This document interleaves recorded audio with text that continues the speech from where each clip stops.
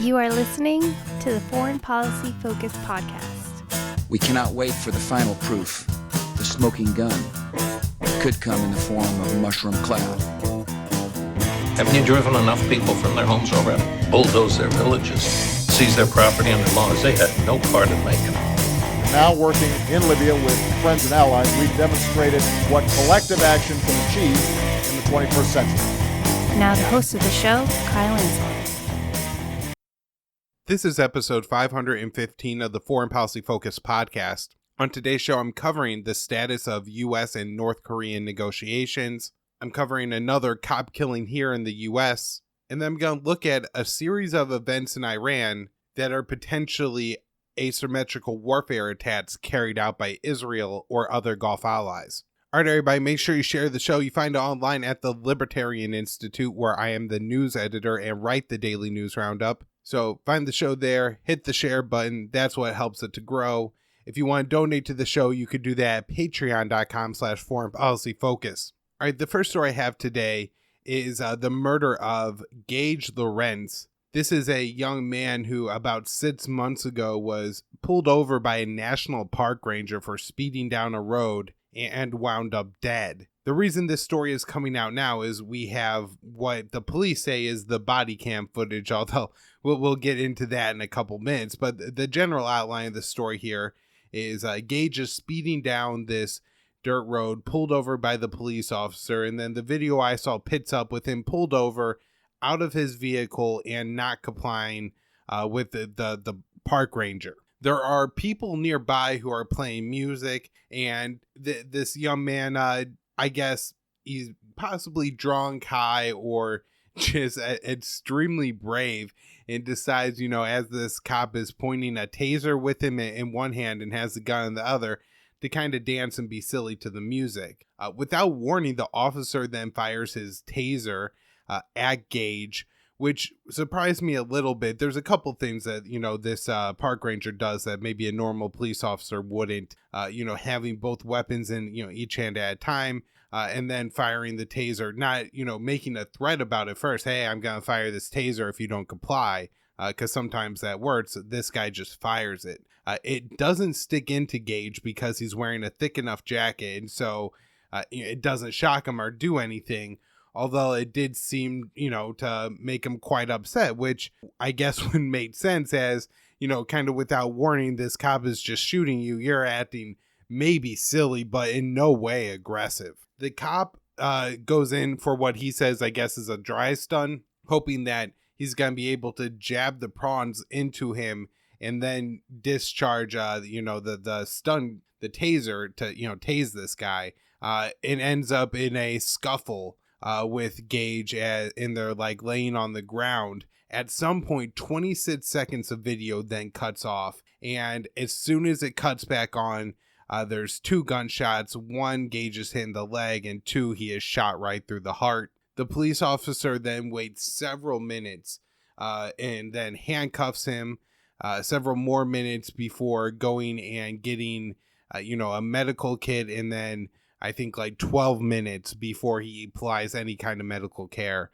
And of course, this young man is dead. So, I guess the most striking thing, and is something I've talked about on the show, and I think I want to continue to highlight, is just, the problems with body cam footage and the fact that police and, typically police departments, I guess, the National Parks Department, I'm not sure what the structure there is, but, some government agency that is an armed police force has control over these videos and what comes out. And so, I suppose it's possible that the camera malfunctioned when, they got in the little tussle, that this is like a poorly made product and it doesn't work very well. And that's how, the video ends up being gone.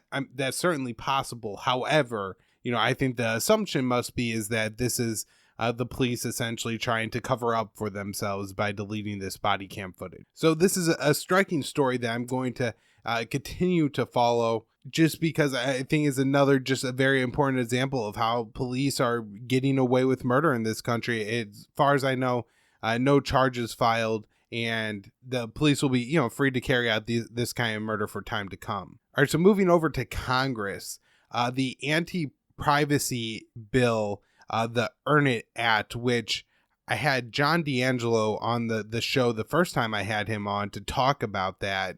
I'll link to that episode in the show notes page, but it's being billed as like an anti-pedophilia, like a protect child pornography kind of bill. What really it's going to do is give the government a lot of power to regulate what happens on the internet. And a little bit of good news from Congress, which I know I often don't have to talk about. The House added a provision to the 2021 National Defense Authorization Act, the NDAA, and this provision includes that the Congress is giving the government no funding for a nuclear test. This is an idea the Trump administration has floated to conduct a nuclear test, and this will essentially break the test ban treaty that the U.S. has signed with countries like China and Russia that has long prevented the nuclear tests from going on. And so this is a really good thing. It needs to prevent it because the Senate version of this bill included $10 million in funding for a nuclear test. So we'll see what happens if it ends up being passed in both forms in the House and the Senate. This is obviously something conflicting and would have to be resolved in conference committee and then would come back around. Unfortunately, in the past, what we've seen is that conference committee typically takes some more hawkish positions and we wind up with a worse bill. The U.S. approved $7 billion in arms sales over this past weekend.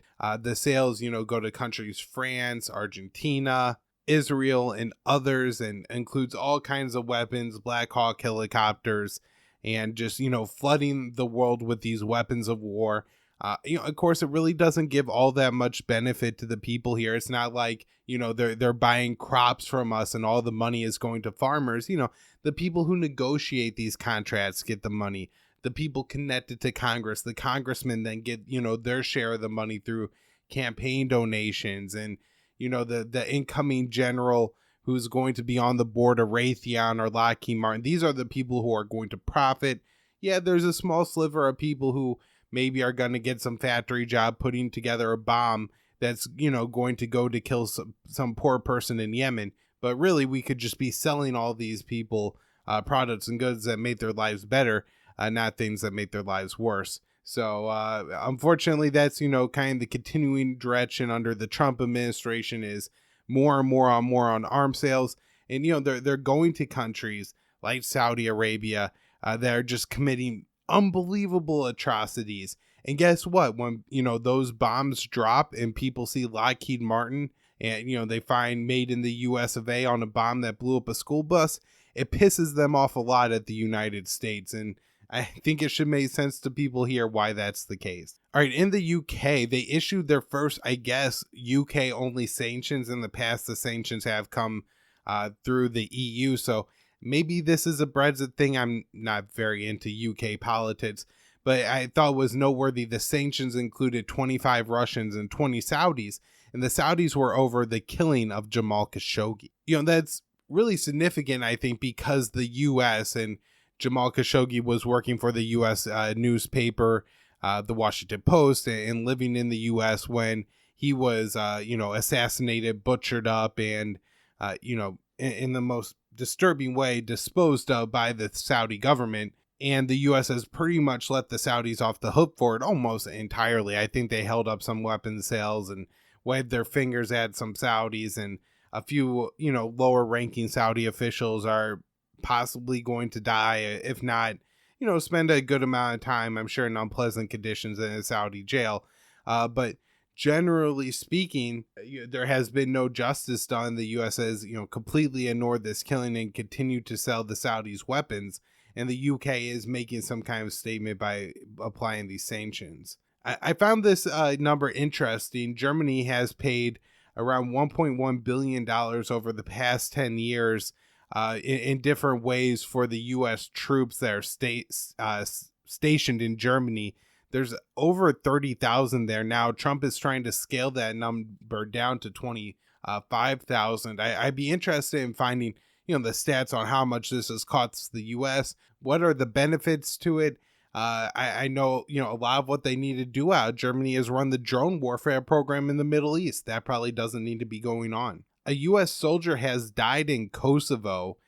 This is a country that has been in the news recently surrounding the war crimes charges placed on the prime minister of Kosovo. I think his name is pronounced Thick. He was involved in some organ trading and other nefarious, actions from the 1990s. This is something I need to study up a little more on still, and maybe I should have a guest to kind of detail what happened there in Kosovo. But the death of the U.S. soldier, I think, is a notable story, just to point out that, like, hey, we still have troops like deployed from these 1990 era conflicts in Central Europe, and most Americans have forgotten it's even happened, and our soldiers are dying there. So we'll have to figure out what happened in his death. I want to take some time to talk about the status of the U.S. North Korean negotiations. Moon Jae-in has recently put out that, hey, I want to have another summit before the election in the U.S. in November to try to get Donald Trump and Kim Jong-un together. The response from the North Koreans was, hell no, we don't want to do this. And then when Stephen Biegun, the U.S. representative, I think he's the number 2 in the State Department now, and has been like kind of the lead negotiator for the U.S. side of these talks, arrived in South Korea. North Korea put out again that, hey, we're not going to negotiate with the U.S. before November. So I thought it was very possible that if not in the coming, months, once either Joe Biden takes office or, we get back around to a Trump second term, I'm sure if he gets reelected, there's going to be protests from November till who knows when. But at some point in the spring, things may settle down enough to allow for Trump and Kim negotiations or something like that. But I think, people are going to point to this moment and say that, why should we negotiate? The North Koreans refused then, and this just shows that they're unwilling to give up or really in any meaningful way negotiate. So, looking at the Trump administration and what has happened in the Korean negotiations, it seems like once Moon Jae-in took office in South Korea on a fairly popular, ticket in place, just the politics at the time was good for him. He was able to make some real inroads, kind of with the North Koreans at a time where things between the U.S. and North Korea were, at least when you went on Twitter, pretty hot-headed. Trump and, Kim Jong-un comparing the size of their nuclear buttons. But, he's able to, at the very least, successfully ramp down tensions with North Korea in his talks. However, he quickly runs into the barrier that if you want to take any kind of meaningful steps in negotiations with North Korea, you have to get the U.S. to allow sanctions, reductions, waivers, or visas.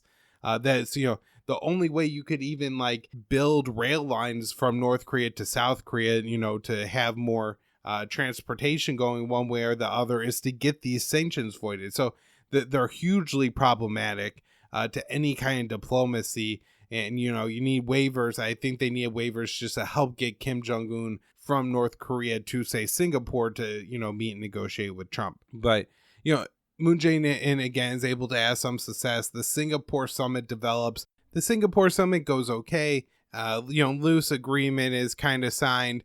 But at the end of the day, John Bolton spins the narrative and kind of wins it to basically, lay out the case when you get to the Hanoi summit between Donald Trump and Kim Jong-un, that they're proposing the Libya model, and rightfully the North Koreans, remember what happened to Muammar Gaddafi, even if John Bolton wants to ignore that part of history and realize that, hey, this is essentially a, long-term U.S. regime change plot to agree to this deal. And so after that, it was I think pretty much off for the North Koreans. They've postured and they threatened. There was the DMZ meeting. But overall, the North Koreans kind of hold firm that unless you're going to walk away from this Libya model, proposal, that, we're not going to be on board. I think at this point, maybe Kim Jong-un feels it's losing him legitimacy or mockery at home or something to engage in talks at all. But, he's kind of said, I've seen what the Trump administration has to propose. And to be honest, if, Trump tries to negotiate a quick deal with Kim Jong-un at this point, it maybe does get something done. if Joe Biden gets elected, he's going to do what Donald Trump did to the Iran nuclear deal and blow it up in a couple of years just on the politics of the thing. So I really do, I kind of understand what the North Korean position here is and why they would feel that it's not advantageous to negotiate before the election. So, I think this eventually will be spun to in some way be North Korea's impossible negotiating partner, and we shouldn't try to engage with them. But I really think actually what this shows is that the U.S. has been the relatively impossible negotiating partner. And if, we could get North Korea to approach either a second-term Trump administration or a Biden administration, it's worth it to keep in mind how poorly the negotiations went, largely because ultimate warmonger John Bolton got involved on the American side last time. And, understand North Korean tentativeness and stuff like that. I got maybe another good news story on today's show.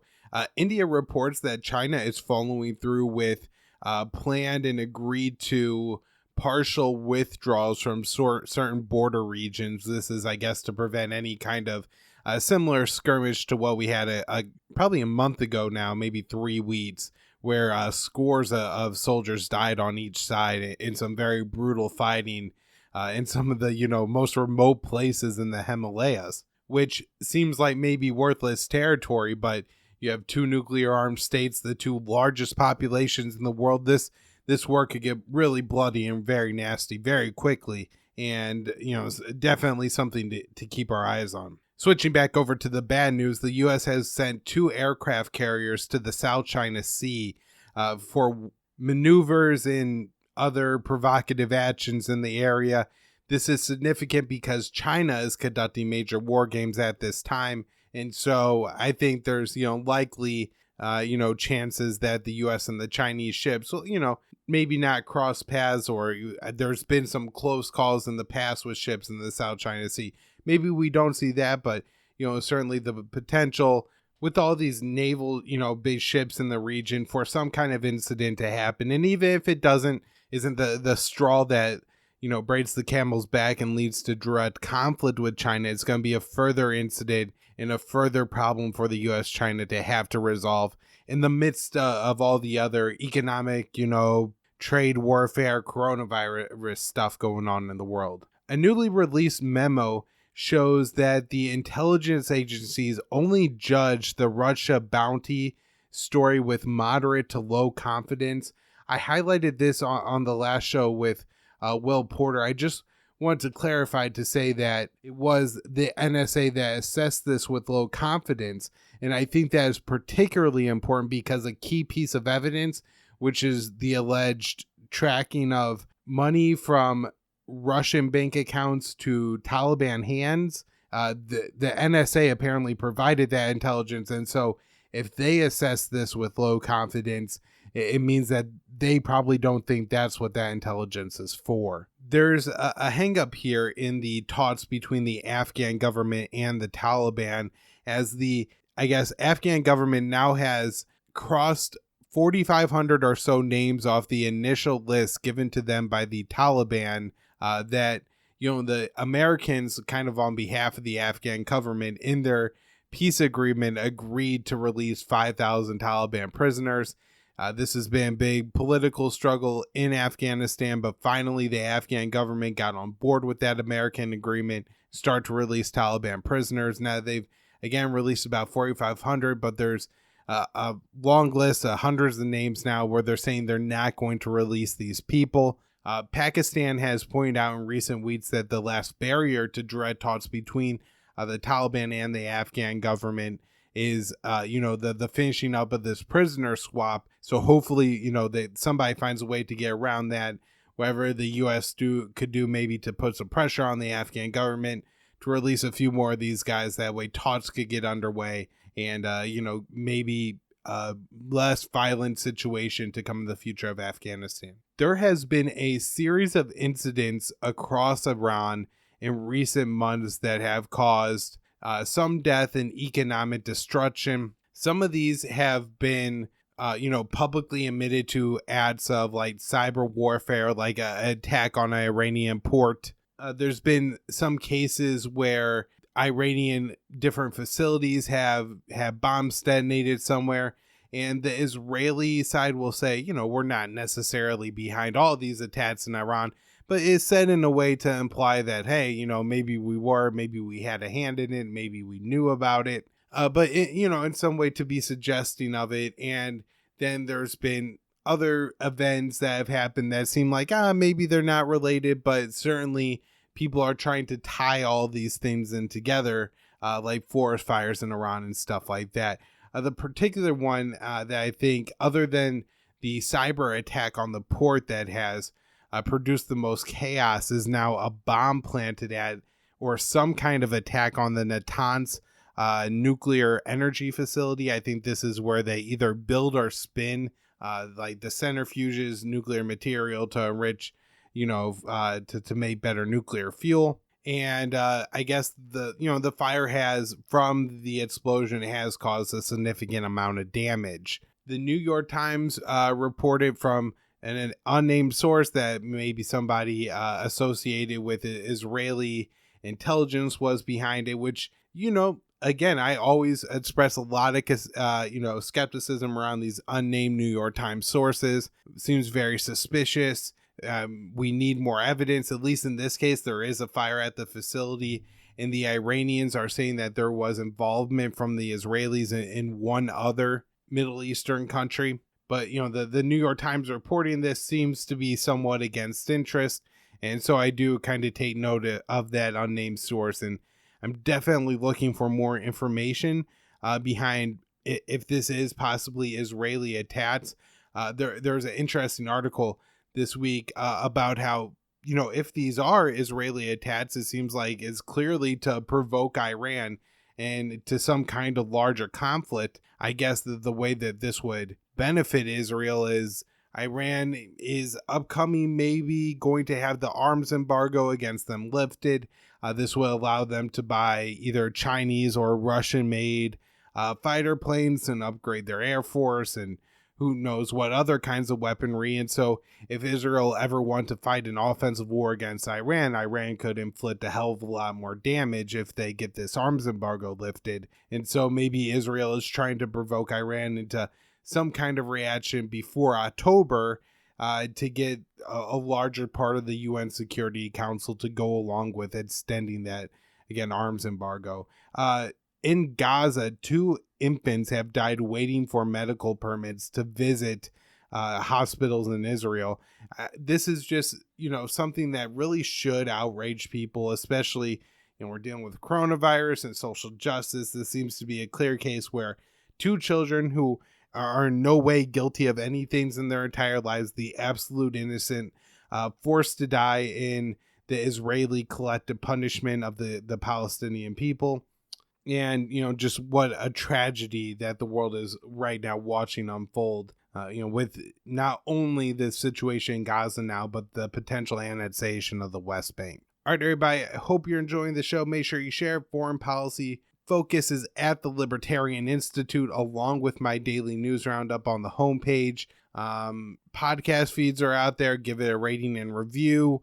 You can check out the Twitter handle at KYAAALE. And, donate to the show, patreon.com/foreignpolicyfocus.